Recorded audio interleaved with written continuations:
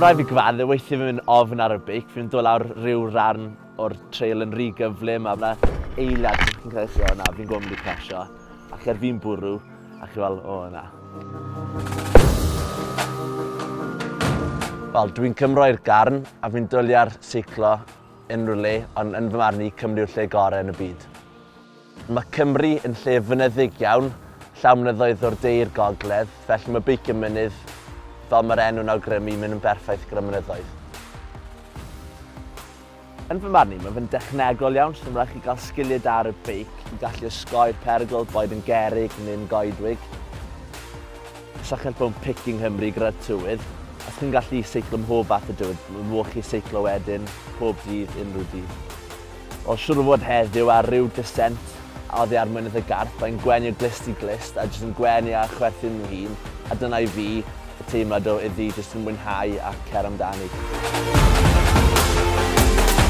Rannau technegol Beicio Mynydd yn carchu ar eich toes bod chi'n mwynhau dod lawr pethau serth neu pethau creigiog, neu hyn rhaid pethau sy'n yn lif a bod y beic yn mynd ym Hopcyn, o bron pob ran o Beicio Mynydd yn hwyl yn fy marn i.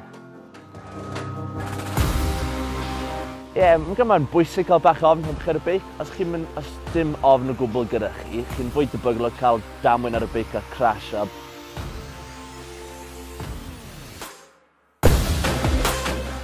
Bod yn feddyliol gryf yn bwysig iawn, cos weithiau unrhyw un gallu gwneud gyda'r cyrau corff, ond os chi'n mentali'n gryf, bod chi ddim yn rhoi lan yn hawdd a chi'n parhau seiclo, a fel arfer, y top swinches sy'n cael chi fynd ar y beic. Fi'n hoffi'r teimlad o'r poen pan chi'n seiclo lan i dop y mynydd, cos chi'n gwybod beth bynnag chi'n mynd lan, rhaid dod nhw'n lawr.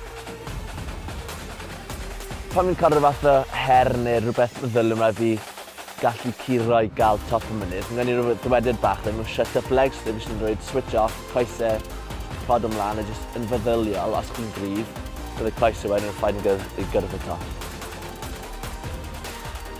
Mae Beicio Mynydd yn fawr i mor bwysig ar gyfer iechyd meddyliol a corfforol, mae jyst bod tu allan, cael bach awr iach, mor bwysig i chi fel person, felly yn fy marn i, mae fe'n cryfhau a gwella chi fel person.